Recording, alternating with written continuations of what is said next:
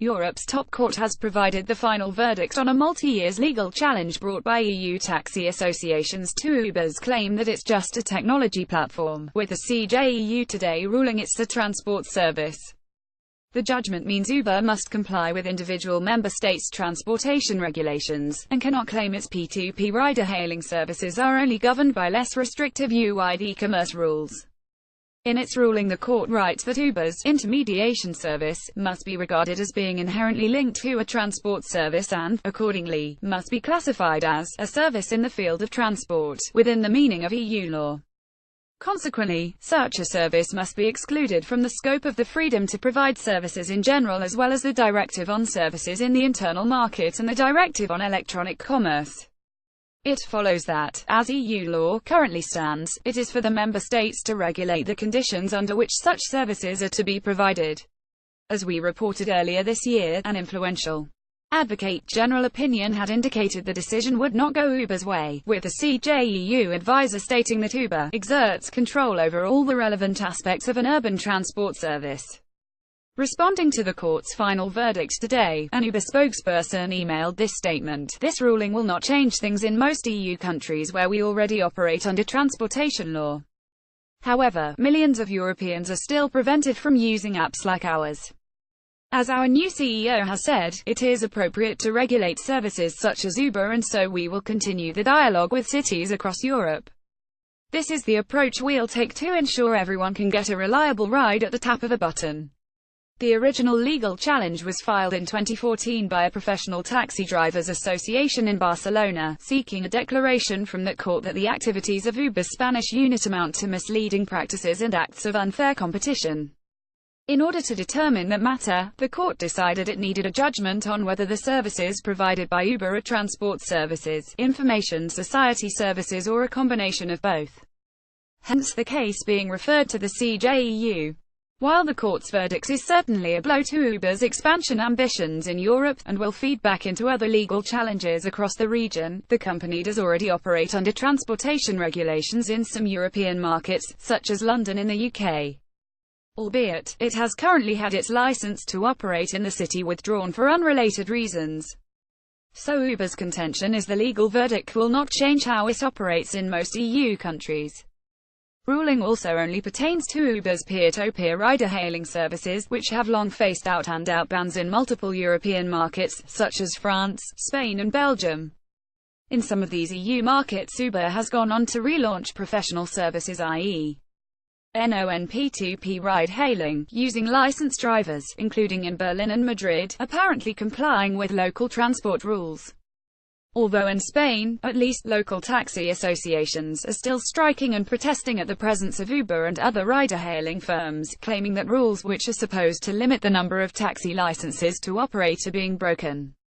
What's clear now is the CJEU's decision cements the need for Uber to work with local authorities and regulators in each and every EU market and city where it operates. It also closes the door on Uber being able to restart the engine of P2P rider-hailing expansion in Europe.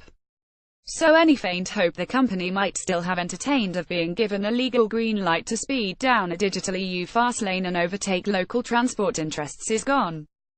Even as taxi association blowback and regulatory and political pressure have already pushed it to conform to existing transport rules in many EU markets.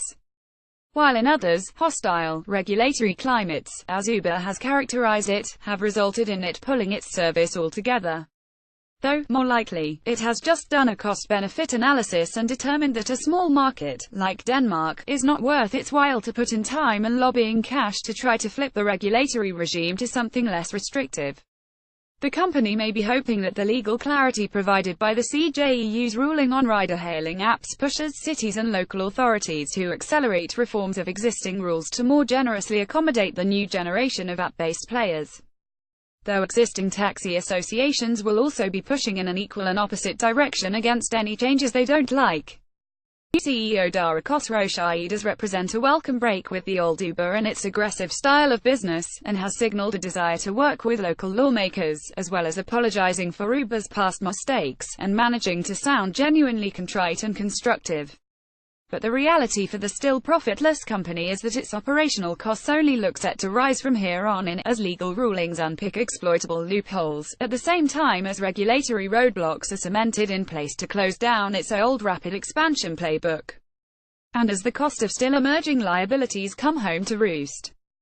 In the UK, for instance, Uber has just lost its first appeal against an employment tribunal verdict that ruled a group of its drivers are workers, not self-employed contractors, and are therefore entitled to benefits such as holiday pay, opening the company to additional legal challenges from other drivers. Uber has said that if it has to fund such benefits for all approximately 50,000 of its local drivers, it would cost its UK business tens of millions of pounds. The UK government is also looking at changing employment law to reflect modern, gig economy platform work, and will clearly be keen to protect its tax takings, which have been dented by an algorithmically accelerated boom in self-employment. Uber does not charge VAT on the basis that it is for the self-employed drivers who supply the services to register with HMRC to charge VAT, notes Rachel Farr, senior employment lawyer at international law firm Taylor Wessing, commenting on the implications of the ruling in a statement. Now that the ECJ has said that Uber itself is a transportation company, that will put further pressure on Uber to charge VAT. This would immediately increase the cost of fares by 20%, even before the extra costs such as the minimum wage and paid holiday if the drivers are treated as workers. Add to that politicians in Europe and elsewhere appear increasingly willing to give tech firms a public hosing, whether it be over tax, safety or wider societal problems being exacerbated by their products, and there's a sense that the tide of public opinion is no longer going to be swayed just because you have a shiny app. Even less for Uber, whose reputation has been shredded in recent years by a string of corporate governance and internal scandals, including its disclosure last month of a data breach in 2016 affecting 57 million of its users and drivers. Instead of informing regulators when it learnt about the breach, Uber's then management sought to conceal it by paying off the hackers. That decision is yet another that seems likely to be an expensive one for Uber, both financially and, perhaps more importantly, in the eyes of the regulators and lawmakers which it increasingly needs to have on side. Its competitors are certainly wasting no time in painting themselves as constructive disruptors and jockeying for favor as more reliable local partners for cities to work with.